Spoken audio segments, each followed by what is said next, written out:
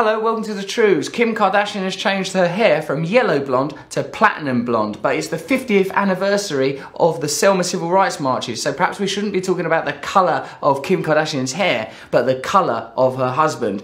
Are black people now in a better position than they were 50 years ago? We've got a black president in America, so what's going on? In Madison, Wisconsin, there are protests after the shooting of an African-American teenager by a white police officer against the backdrop of that extraordinary ceremony Saturday.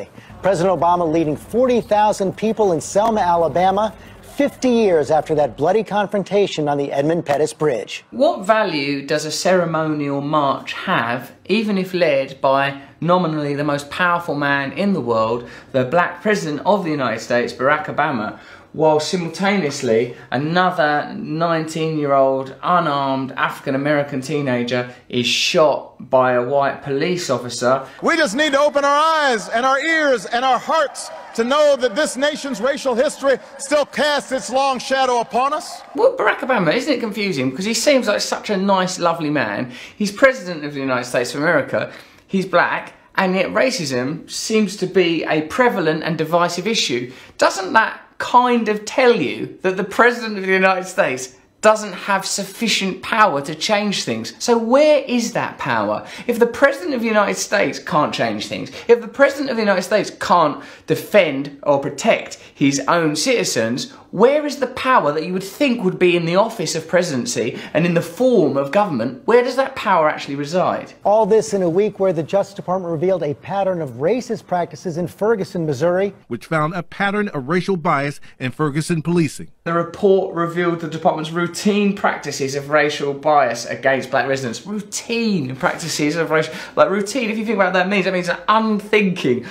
Clean your teeth, put on my deodorant, be racist to the black men. Hey, what are you being racist for? What? Oh no, you made me drop my racism there. It's unthinking. The report also detailing racist emails sent by city employees. The 102-page report released by Holder today detailed examples of a police department out of control, routinely insulting and assaulting African Americans. Routinely insult, assault, insult, assault. And use of dogs by Ferguson police appears to have been exclusively reserved for African Americans. We're going to use the dogs here. Well, I think there's some white people. Good point. We won't use them. Wait till we have our exclusive black people model to observe. Among the most damning evidence, emails, including ones allegedly sent by department leaders that included racist jokes and depicted President Obama as a chimpanzee.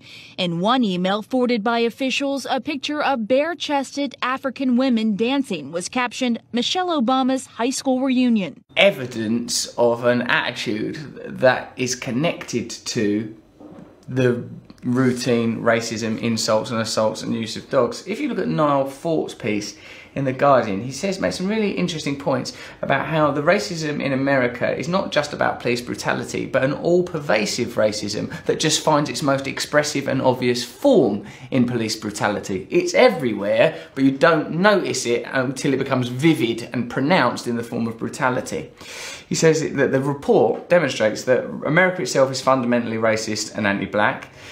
He says that what we're dealing with is not individuals like that, the copper that got off from doing the killing, Darren Wilson or whatever he's called. What we're talking about is just or unjust systems. The most insidious form of racism manifests in institutions, not individuals, in systems, not personal feelings. And this is a broader issue even than race, that if the systems themselves are corrupt, if the institutions themselves are corrupt, it doesn't matter if you have a president who is black, with a wife who is black, with children who are black, with intentions that are good, that wrote a book that seemed very inspiring and like a man who had a genuine and legitimate intention to make the world a better place. That is irrelevant. He's just a person coming into a system that is totally corrupt. But what does it say about America? An America that has a black first family, has black superstars like Kanye West married to their Kim Kardashian with her ever-shifting hair colour, and superstars like Jay-Z and Beyonce. doesn't the prominence and prevalence of such powerful black cultural figures and indeed political figures mean that actually America has changed? It doesn't seem to mean that, does it? So what does that mean? Another message in June 2011 compared dogs to African Americans, suggesting the animals needed welfare because they were mixed in color, unemployed, lazy, can't speak English, and have no freaking clue who their daddies are. If that's how you think, it's easier to hit people with a baton and then one day shoot someone dead if you're already thinking of them in animal terms. All of these emails indicate a reductive and condemnatory comparison of black people to animals, which is very, very common in racist societies, Nazi Germany being just one example. One of the persons who was sending these emails was actually the head of the municipal court system. Her name is Mary Twitter. We have a picture of her with a couple of other city officials, including Darren Wilson. I mean, that's literally institutionalized racism. They're in charge of an institution and they think in the terms described. So having a black president or Jay-Z and Beyonce as prevalent cultural figures begins to look not like progress, but merely an abstracted demonstration of a dislocated form of black power. Like the power is irrelevant. If it doesn't impact on that level, what you need is black court officials, black CEOs of major corporations. And what it makes me think is that power is emanating from and contained within a bandwidth that is not affected by politics. The great unstated problem in the narrative of American life or the life of Western secular democracies in general is that the power is not held at a governmental level, it's held at the level of transnational corporations. So whatever's going on in the conversation of popular culture, oh look, there's a woman from Armenia married to a prominent black man, Jay-Z and Beyonce are two of the biggest stars in the world, the President of the United States is a black man.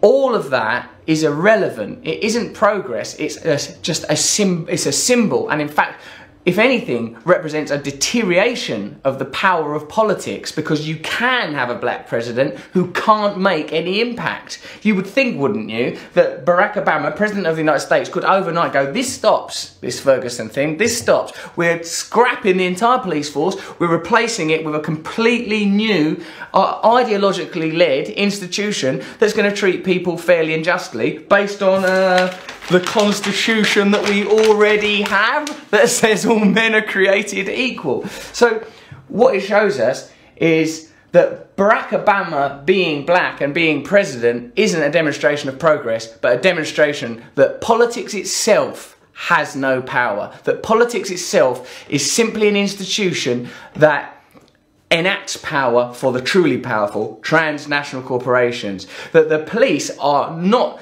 their institutional racism is irrelevant because they are merely the henchmen of the truly powerful. The henchmen of the truly powerful. Their power is only the power to be brutal. So whilst their brutality is visceral, vivid and ugly, it's irrelevant when compared to the power that happens in the elite strands of true governance that is the transnational corporate world. Among other findings, that Ferguson police disproportionately targeted African Americans, with 85% of vehicle stops, 90% of citations, and 93% of arrests, even though 67% of the Ferguson population is black. What you want is the institutions that are dominated by white people to be broken up and disassembled so that power can truly be with the people. And until you change that, you will get situations like this and comparable situations where ordinary people the world over are oppressed, maligned and even shot dead on the streets, regardless of the colour of their president, regardless of the colour of Kim Kardashian's hair or Kim Kardashian's husband. People are upset about some things, darling. Why are they yelling? They want attention. They're trying to get attention so that people listen to them. This is our way of trying to get some media attention because they are ignoring us, they're ignoring the anti-war movement, they're ignoring the anti-government movement. We love our country, but we cannot trust our government anymore.